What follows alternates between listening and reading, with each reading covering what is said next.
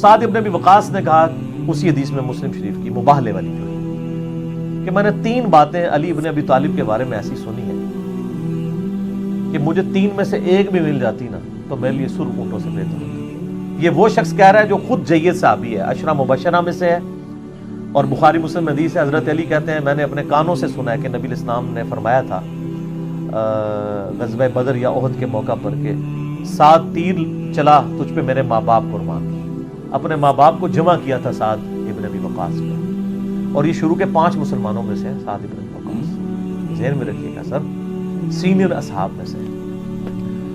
تو سعد ابن ابی وقاص رضی اللہ تعالی عنہ کہتے ہیں مجھے تو علی ولی 3 میں سے ایک فضیلت بھی مل جاتی تو بہت تھی۔ پھر انہوں نے کہا پہلی فضیلت سنو کہ غزوہ تبوک کے موقع پر نبی صلی اللہ علیہ وآلہ وسلم نے عورتوں اور بچوں پر سیدنا علی کو اپنا نائب کے طور پہ چھوڑا، اور انہوں نے سیدنا علی رو پڑے کہ یا رسول اللہ میں اکیلا مجھے یہاں چھوڑ کے جا رہے ہیں، یہ پہلا اور آخری موقع تھا کہ آپ کسی غزوے میں شریک نہیں ہوئے نبی علیہ السلام۔ تو آپ علیہ السلام نے ان کی دلجوئی کے لیے فرمایا کہ کیا علی تیرے لیے یہ فضیلت کافی نہیں کہ تیری میرے ساتھ وہی نسبت ہے جو ہارون کی موسیٰ کے ساتھ تھی، مگر میرے بعد کوئی نبی نہیں۔ تو اگر مولا علی نبی نہیں تو غلام احمد قادیانی دجال کہاں سے نبی بن سکتا ہے؟ ٹھیک ہے، اچھا اب قرآن پاک میں اللہ تعالیٰ سے دعا مانگ کے جو اپنا ساتھی لیا تھا حضرت موسیٰ علیہ السلام نے، وہ ہارون علیہ السلام تھے، ان کے بھائی نبی تھے، وہ اس لیول کا سپورٹیو سیدنا علی تھے نبی علیہ السلام کے ساتھ۔ وہ طور پہ گئے تو موسیٰ علیہ السلام ہارون علیہ السلام کو چھوڑ گئے، نبی علیہ السلام تبوک پہ گئے تو مولا علی کو چھوڑ گئے۔ پھر کہا معاویہ دوسری فضیلت سن، غزوہ خیبر کے موقع پر آپ صلی اللہ علیہ وآلہ وسلم نے فرمایا تھا، فتح نہیں ہو رہی تھی، آپ فرمایا کل میں ایک ایسے شخص کے ہاتھ میں جھنڈا دوں گا جو اللہ اور اس کے رسول سے محبت کرتا ہے اور اللہ اس کے رسول اس سے محبت کرتے ہیں، یہ اس سے بڑی بات ہے۔ ہم تو سارے کہتے ہیں ہم اللہ رسول سے محبت کرتے ہیں، سر ہمیں یہ سرٹیفکیٹ اگر مل جائے کہ اللہ اور اس کا رسول بھی ہم سے محبت کرتا ہے، تو اس حدیث کے الفاظ ہیں، سعد ابن ابی وقاص کہتے ہیں ہمیں پوری رات نیند نہیں آئی کہ وہ خوش نصیب کون ہوگا۔ تو صبح ہوئی تو نبی علیہ السلام فرمایا علی کی طرف، تو آشوب چشم تھا، نبی علیہ السلام نے اپنے مبارک لعاب دہن ان کی آنکھوں میں لگایا، دعا دی، اور اللہ تعالیٰ نے فتح دے دی۔ اچھا یہ جو حدیث کے 2 پورشن ہیں نا، یہ دونوں تیری میرے ساتھ وہی نسبت ہے جو ہارون کی موسیٰ کے ساتھ، اور خیبر والی، یہ دونوں حدیثیں بخاری میں بھی ہیں، مولا علی کے فضائل والے چیپٹر میں شروع میں یہ 2 حدیثیں ہیں۔ اور مسلم شریف میں ایک اور طریقہ ہے کہ ابو ہریرہ رضی اللہ تعالیٰ عنہ کہتے ہیں، جس کے بارے میں آپ لوگوں کے ہاں پایا جاتا ہے کہ بغض اہل بیت، میرا اس پہ بھی کلپ چڑھا ہوا ہے۔ ابو ہریرہ روایت کر رہے ہیں کہ میں نے عمر ابن خطاب سے خود سنا تھا، صحیح مسلم میں ہے، سر پریشان نہیں ہونا، یہ ساری حدیثیں اس 5E کے اندر موجود ہیں، ٹھیک ہے، جو کچھ میں بیان کر رہا ہوں۔ میں نے سنا تھا سیدنا عمر سے کہ وہ کہا کرتے تھے کہ مجھے پوری زندگی کبھی امارت کی خواہش نہیں ہوئی کہ مجھے امیر بنایا جائے، سوائے خیبر کے موقع پہ جب آپ نے فرما دیا کہ میں اس کے ہاتھ میں جھنڈا دوں گا جو اللہ اور اس کے رسول سے محبت کرتا ہے، اللہ اور اس کے رسول اس سے محبت کرتے ہیں، تو میری بھی خواہش ہوئی کاش مجھے مل جائے۔ تو یہ سیدنا عمر کا قول صحیح مسلم میں حضرت ابو ہریرہ روایت کر رہے ہیں، اسی یعنی انہی احادیث کے اندر۔ تو یہ دوسری فضیلت تھی۔ پھر ان کا معاویہ تیسری فضیلت سن، جب نجران کے عیسائیوں کا وفد آیا اور نبی الاسلام نے ان پہ دلائل تمام کر دیے، پھر مباہلے کے لیے اللہ تعالیٰ کی طرف سے آیات نازل ہوئی، سورہ آل عمران آیت نمبر 61۔ تو نبی علیہ السلام سیدنا علی، حسن، حسین اور فاطمہ علیہ السلام اجمعین کو لے کر آئے اور اللہ کے حضور دعا کی، اللہم ہؤلاء اہل بیت، اے اللہ یہ میرے اہل بیت ہیں۔ تو یہ آخری مباہلے والا پورشن سناتے ہیں کہ حدیث کب بیان کی سعد ابن ابی وقاص نے، اس کے ساتھ کیا کیا چیزیں جڑی ہوئی تھی، وہ سر انجینئرنگ کے دور میں صرف بیان ہوتی ہیں۔ جب تک یہ انجینئرنگ کا دور شروع نہیں ہوا تھا نا، اس وقت تک یہ ساری کی ساری چیزیں قبض میں تھی، اب بست ہو چکا ہے، کھل چکا ہے سب کچھ۔ تو یہ پھر پوری کی پوری حدیث اس طریقے سے آپ دیکھ لیں کہ جو غدیر خم کی حدیث ہے نا، حدیث ثقلین عربی میں کہتے ہیں 2 بھاری چیزوں کو، وہ مسلم شریف میں ہم نے اپنے منہج میں بھی لکھا ہے۔ مسلم شریف میں اوپر تلے 4 حدیثیں ہیں، انٹرنیشنل نمبر کے مطابق 6225 سے 6228 تک۔ نبی علیہ السلام نے اپنی وفات سے 2 سے 2.5 مہینے پہلے مکے سے مدینے آتے ہوئے حجۃ الوداع سے واپسی پہ خم نامی گاؤں میں ایک خطبہ دیا، 17 یا 18 ذوالحجہ کون سا بنتا ہے جی؟ 17 ذوالحجہ 18 ذوالحجہ. تو وہ اس حدیث میں جو غدیر خم کی مسلم شریف میں آتی ہے. اب یہ دیکھیں ہماری مین سٹریم کی کتاب میں تھی مسلم شریف میں. تو نبی علیہ السلام نے خطبہ دیتے ہوئے فرمایا لوگوں آگاہ ہو جو میں بھی ایک انسان ہوں, قریب ہے کہ اللہ کا قاصد یعنی موت کا فرشتہ میرے پاس آئے اور میں اس کی دعوت قبول کر لوں. میں اپنے بعد تم میں 2 بھاری چیزیں چھوڑ کے جا رہا ہوں. ان میں سے پہلی چیز اللہ کی کتاب ہے. تم اللہ کی کتاب کو پکڑو, اس میں ہدایت ہے, اس میں نور ہے. اس کتاب کو پکڑو, اپنا تعلق اس کتاب کے ساتھ مضبوط کرو. اللہ کی کتاب اللہ کی رسی ہے, جو اسے پکڑے گا وہ ہدایت پہ ہوگا, جو چھوڑ دے گا گمراہ ہو جائے گا. اور دوسری بھاری چیز میرے اہل بیت ہیں. میں اپنے اہل بیت کے معاملے میں تمہیں اللہ کا خوف دلاتا ہوں, اللہ کا خوف دلاتا ہوں. 3 دفعہ فرمایا کہ اللہ کا خوف دلاتا ہوں. امت نے نہ قرآن کو پکڑا اور نہ اہل بیت کو چھوڑا. Point to be noted. قرآن کو نہ پکڑا اور نہ اہل بیت کو زندہ چھوڑا. بالکل الٹ اس وصیت کے عمل کیا. یہ آپ نے خطبہ دیا ہے خم گاؤں میں. غدیر کہتے ہیں پانی کا جہاں پہ کوئی تالاب ہو. غدیر خم, خم نامی گاؤں تھا جہاں پانی, جیسے پرانے زمانے میں سفر کرنے کے لیے ایک جناب غدیر خم. پھر آپ دیکھیں وہ ایک ہے تو تالاب اور گاؤں ہی تھا. دنیا میں بڑے گاؤں بنے ختم ہو گئے, لیکن خم غدیر خم قیامت تک کے لیے زندہ ہے. ہمارے نبی کی نسبت حاصل ہوئی ہے صلی اللہ علیہ وآلہ وسلم. تو وہ گاؤں آج بھی موجود ہے غدیر خم, اور اس کی بازگشت پوری دنیا میں سنائی دے رہی ہے اس خطبے کی. وہ اصل میں آپ نے وہاں پہ صرف اہل شام اور اہل مدینہ رہ گئے تھے. آپ کو مستقبل کی خبریں اللہ نے بتا دی تھی. اس کے والے سے آپ امت کو آگاہ کر رہے تھے کہ میں اہل بیت کے بارے میں تمہیں اللہ کا خوف دلاتا ہوں. مسلم شریف میں اتنی حدیث ہے, لیکن یہ حدیث سنن نسائی الکبریٰ کے اندر بھی موجود ہے, مسند احمد میں بھی موجود ہے, جامعہ ترمذی میں بھی اس کا کچھ پورشن موجود ہے, امام ابن عاصم کی کتاب السنہ کے اندر بھی موجود ہے, مجموع الزوائد کے اندر بھی. مین سٹریم کے اہل سنت کے آلموسٹ کئی کتابوں میں یہ حدیث موجود ہے. المعجم الکبیر طبرانی کے اندر بھی موجود ہے. پھر آپ علیہ السلام نے اس موقع کے اوپر مولا علی کا ہاتھ پکڑ کے صحابہ میں بلند کیا اور کہا من کنت مولہ فہذا علی مولہ. اور اس سے پہلے آپ نے آیت تلاوت کی النبی اولیٰ بالمؤمنین من انفسہم وازواجہ امہاتہم. نبی علیہ السلام مومنین پر ان کی جانوں سے بڑھ کر حق رکھتے ہیں اور نبی کی بیویاں امت کی مائیں ہیں. پھر آپ نے صحابہ سے پوچھا یار کہ اے میرے صاحب اس آیت کے تحت کیا تم میرا حق ولایت یعنی میرا جو حق ہے تم پر قربت کا وہ مانتے ہو؟ صاحب نے کہا بلا یا رسول اللہ کیوں نہیں. پھر آپ فرمایا من کنت مولا ہوں, جو پھر مجھے مولا مانتا ہے, مجھے اپنا آقا مانتا ہے, مجھے اپنے جان سے بڑھ کر عزیز سمجھتا ہے, تو پھر مولا علی کو بھی وہ مانے. پھر آپ نے اسی حال میں دعا کی اے اللہ اس سے محبت رکھ جو علی سے محبت رکھے, اس سے بغض رکھ جو علی سے بغض رکھے. یہ تو خیر الگ سے صحیح مسلم میں بھی حدیث ہے 240. مولا علی کہتے ہیں کہ مجھ سے نبی امی نے یہ عہد لیا تھا, اس ذات کی قسم جس نے جو ہے وہ دانے کو پھاڑ کر اناج اگایا اور مخلوقات کو پیدا کیا, نبی امی نے مجھ سے یہ وعدہ لیا تھا کہ اے علی تجھ سے محبت نہیں رکھے گا مگر مؤمن, اور تجھ سے بغض نہیں رکھے گا مگر منافق. صحیح مسلم 240. سیدنا علی کی جنگیں تینوں ہی مسلمانوں کے خلاف ہوئی ہیں, ان مسلمانوں کے جنہوں نے حاکم وقت کے خلاف بغاوت کی ہے. یہی وجہ ہے کہ سیدنا علی رضی اللہ تعالیٰ عنہ کی تمام جنگوں پہ آپ کو بخاری مسلم میں درجنوں احادیث مل جاتی ہیں. اور یہ میں نے جو واقعہ کربلا والا ریسرچ پیپر لکھا ہے 5B جس میں 200 احادیث میں نے جمع کی ہیں, میں اکثر اس کا تعارف کرواتا ہوں. اس میں جنگ جمل صفین نہروان کے اوپر درجنوں احادیث بخاری مسلم سے موجود ہے.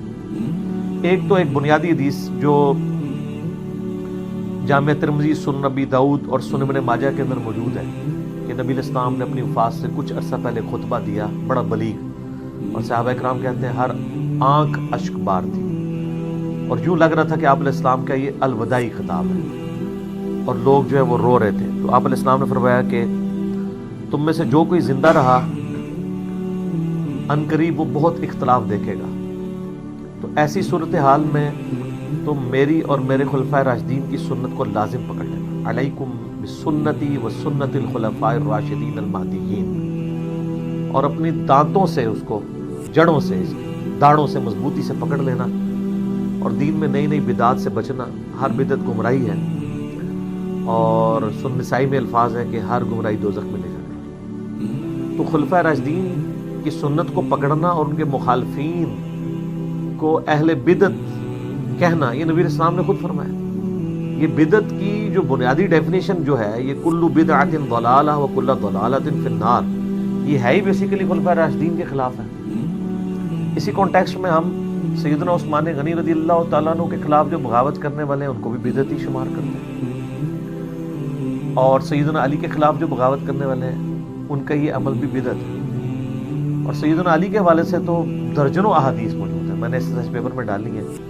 اس میں ایک وہ بنیادی حدیث جو ساری جنگوں کو کور کرتی ہے وہ مسند امام احمد میں حدیث موجود ہے، المستدرک للحاکم میں موجود ہے، سنن نسائی الکبریٰ میں خصائص علی والے چیپٹر میں نبی الاسلام اپنی ایک بیوی کے گھر سے باہر نکلے اور صحابہ کرام کہتے ہیں ہمارے ساتھ سیدنا ابوبکر عمر بھی موجود تھے اور باقی اصحاب بھی. تھوڑی دور جا کے آپ الاسلام کی جوتی ٹوٹ گئی تو آپ نے جوتی اتار کے اپنی سیدنا علی کو دی گانٹھنے کے لیے، اور پھر کہتے ہیں کہ ہم چل پڑے پیدل. تھوڑی دور جا کے نبی الاسلام کھڑے ہو گئے کہ حضرت علی چونکہ جوتی گانٹ رہے تھے تو ان کا انتظار کرتے. اس دوران پھر آپ علیہ السلام نے فرمایا کہ دیکھو اللہ تعالیٰ نے مجھے قرآن دے کر مبعوث کیا، لیکن ایز اے لاسٹ ریزارٹ مجھے قرآن پاک منوانے کی خاطر کافروں سے قتال کرنا پڑا. لیکن تم میں ایک ایسا شخص بھی ہے کہ جسے اس قرآن کی تعبیر کی خاطر مسلمانوں سے قتال کرنا پڑے گا قرآن منوانے کے لیے. تو سیدنا ابوبکر نے کہا انا یا رسول اللہ. آپ فرمایا لا. حالانکہ آپ علیہ السلام کا تقیہ کلام نہیں تھا لا، آپ لا کو اوائڈ کرتے تھے آخری درجے تک. سیدنا عمر نے کہا انا یا رسول اللہ. آپ فرمایا لا، بلکہ وہ شخص ہے جو میری جوتیاں کاٹے. صحابہ دوڑے مولا علی کی طرف کہ آپ کے بارے میں یہ خوشخبری نبی علیہ السلام نے دی ہے کہ آن دا بہاف آف پروفٹ آپ مسلمانوں کے خلاف قتال کریں گے، جس طرح کہ نبی علیہ السلام نے قرآن منوانے کے لیے کافروں کے خلاف قتال کیا. تو سیدنا علی یہ بات سن کے صحابہ کہتے ہیں مسکرا پڑے. تو ہم سمجھ گئے کہ مولا علی کو یہ بات پتہ تھی کہ انہوں نے آن دا بہاف آف پروفٹ یہ جنگیں کریں. اس صحیح حدیث کے بعد یہ تو وہم نکل گیا کہ سیدنا علی کو کسی جنگ کے اوپر کو پچھتاوا تھا. ان کو تو پتا تھا کہ بھئی صحیح مسلم میں حدیث ہے علی سے محبت نہیں رکھے گا مگر مؤمن، علی سے بغض نہیں رکھے گا مگر منافق. صحیح مسلم 240. جس کی محبت ایمان کا حصہ ہو. اور اس حدیث میں تو خود مولا علی کہہ رہے ہیں صحیح مسلم کی کہ اس ذات کی قسم جس نے دانے کو پھاڑ کے اناج اگایا اور مخلوقات کو پیدا کیا، نبی امی نے مجھ سے یہ عہد لیا تھا کہ اے علی صرف مؤمن ہی تجھ سے محبت کرے گا اور صرف منافق ہی تجھ سے بغض رکھے گا. جس بندے کی محبت ایمان کا لٹمس ٹیسٹ ہو اس شخص کو اپنے معاملات میں کیسے شک ہو سکتا ہے؟ ہو ہی نہیں سکتا. باقی یہ المصنف ابن ابی شیبہ میں جو روایتیں آتی ہیں کہ سیدنا علی جنگ جمل کے بعد روتے تھے، وہ اس لیے نہیں روتے تھے کہ ان کو یہ تھا کہ میں نے کوئی جنگ غلط کی ہے، وہ اس لیے روتے تھے کہ کاش مسلمانوں میں جنگیں نہ ہوتی. جس طرح کہ سورہ مریم میں آتا ہے کہ سیدہ مریم کو جبرائیل نے آگے عیسیٰ علیہ السلام کی بشارت دی، اس کے بعد تو شک نہیں ہونا چاہیے تھا. لیکن جب حضرت عیسیٰ کی ولادت ہوئی تو وہ کیا کہتی ہیں، کاش میں بھولی بسری ہو گئی ہوتی، مجھے دن نہ دیکھنا پڑتا کہ میں اپنی قوم کا سامنا کیسے کروں گی. اس کا یہ مطلب نہیں تھا ان کو جبرائیل کے وعدے پہ، اللہ کے وعدے پہ شک تھا. انسان ہے نا. تو سیدنا علی کو بھی دکھ تھا اس بات کا کہ کاش یہ دن نہ آتا کہ میں اس وقت بھی نبی علیہ السلام کے ساتھ تھا جب چند لوگ تھے اور عرب میں ہم نے غلبہ حاصل کیا، پھر رومن اور پرشین امپائر بھی گر گئیں اور آج ہمارے سامنے مسلمانوں کا شرازہ بکھر رہا ہے اور میں اپنی کوشش کے باوجود اس کو سنبھال نہیں پا رہا مسلمانوں کی اندر کی ریشہ دمانیوں کی وجہ سے. تو اس کی وجہ سے وہ غم کھایا کرتے تھے، گریا کیا کرتے تھے. تو یہ یعنی بنیادی حدیث ہے کہ آپ کو قرآن کی تعبیر کی خاطر جہاد کرنا پڑا مسلمانوں کے خلاف. اور وہ جنگ جمل، صفین، نہروان تینوں ہمارے پاس موجود ہیں. المصنف ابن ابی شیبہ جو امام بخاری مسلم کے استاد ہیں، ان کی جو کتاب المصنف ابن ابی شیبہ ہے آلموسٹ 38-39 ہزار احادیث کا مجموعہ ہے. اس کا آخری چیپٹر آپ پڑھ لیں، جنگ جمل، صفین، نہروان تینوں کے اوپر زیادہ چیپٹر ہے کتاب الجمل میں. میں نے کئی دفعہ دکھائے ہیں، وہ آلموسٹ میجورٹی حدیثیں میں نے اپنے ریسرچ پیپر میں کور کی ہیں، وہ ساری آلموسٹ وہاں پہ موجود ہیں. اور کئی حدیثیں بخاری مسلم میں بھی ہیں. آپ جنگ جمل کے بارے میں جو سیدہ عائشہ اور سیدنا طلحہ اور زبیر رضی اللہ عنہم اجمعین کا جو معاملہ ہوا، وہ ڈیٹیل طلب ہے میرے اس کے اوپر، جنگ جمل کے اوپر کلپ لاکھوں لوگوں نے دیکھے ہیں، آپ دیکھ سکتے ہیں. مسند احمد میں حدیث ہے، مجموع الزوائد میں ہے، المستدرک للحاکم میں اور کئی کتابوں میں. کہ نبی علیہ السلام نے فرمایا میری اس بیوی کا کیا حال ہوگا جس پہ حوض کے کتے بھونکیں گے. حدیث حوض پہ میرا کلپ لاکھوں لوگوں نے دیکھا یوٹیوب پہ. سیدنا علی کی شفقت کی وجہ سے حضرت عائشہ کی بھی جان بخشی ہوئی. انہوں نے بڑی عزت کے ساتھ کو واپس ان کے بھائی محمد نبی بکر کے ساتھ بھیج دیا. اب بھائی ان کا محمد نبی بکر حضرت علی کے ساتھ تھا کیونکہ اس کی پرورش ساری حضرت علی نے کی تھی. حضرت بکر صدیق کی جو ایک بیوی تھی نا اسما بنت امیس, حضرت بکر کی وفات کے بعد ان سے نکاح کر لیا تھا مولا علی نے, اور اسی سے محمد بن نبی بکر تھا. محمد بن نبی بکر کی اس وقت عمر آلموسٹ ہوگی کوئی 5-6 سال. اس وقت سے پھر حضرت علی نے ان کی پرورش کی ہے, اور وہ سیدہ عائشہ کو خیمے میں جا کے سمجھاتا تھا کہ آپ یہ غلط طرف جا رہی ہیں. بعد میں حضرت عائشہ روتی تھی, صحیح بخاری میں آتا ہے, اور کہتی تھی مجھے میری سوکنوں کے ساتھ دفن کرنا, میں نہیں چاہتی کہ نبی علیہ السلام ابو بکر عمر کی وجہ سے لوگ میری تعریف کریں.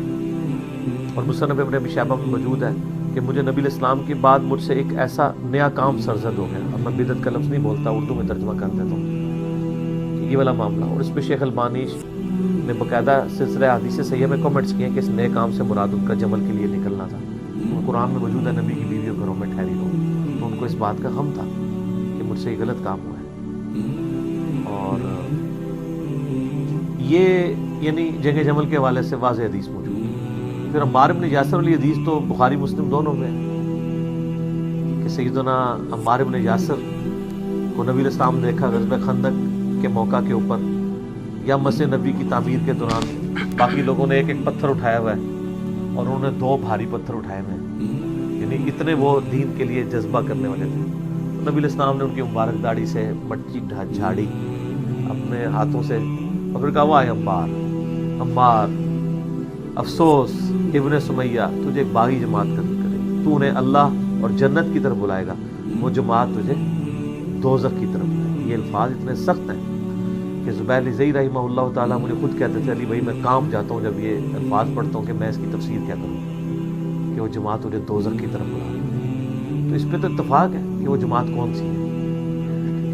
اگلے دن میں وہ بریلویوں کے ایک ناسبی مولوی کو سن رہا تھا, تو وہ اس کو کمپیئر کر رہا تھا حضرت زبیر کے ساتھ کہ حضرت زبیر, جب آپ کو پتہ نا سلسلہ حدیث صحیحہ میں شیخ البانی میں ساری روایتیں بھی جمع کی ہیں حاکم کے ریفرنس سے کہ جب حضرت زبیر جنگ جمل کے لیے آئے نا تو حضرت حسن ابن علی نے بتایا کہ آگے حضرت زبیر بھول گئے. قرآن میں آتا ہے کہ حضرت یوسف علیہ السلام نے جو 2 قیدی تھے, ایک قیدی کو جب آزادی ہونے لگی جس کی بشارت حضرت یوسف نے دی تھی اور کہا تھا اپنے بادشاہ سے میرا ذکر کرنا, یہ تو کبھی بھولنا ہی نہیں چاہیے تھا اس کو تو 9 سال وہ بھولا رہا.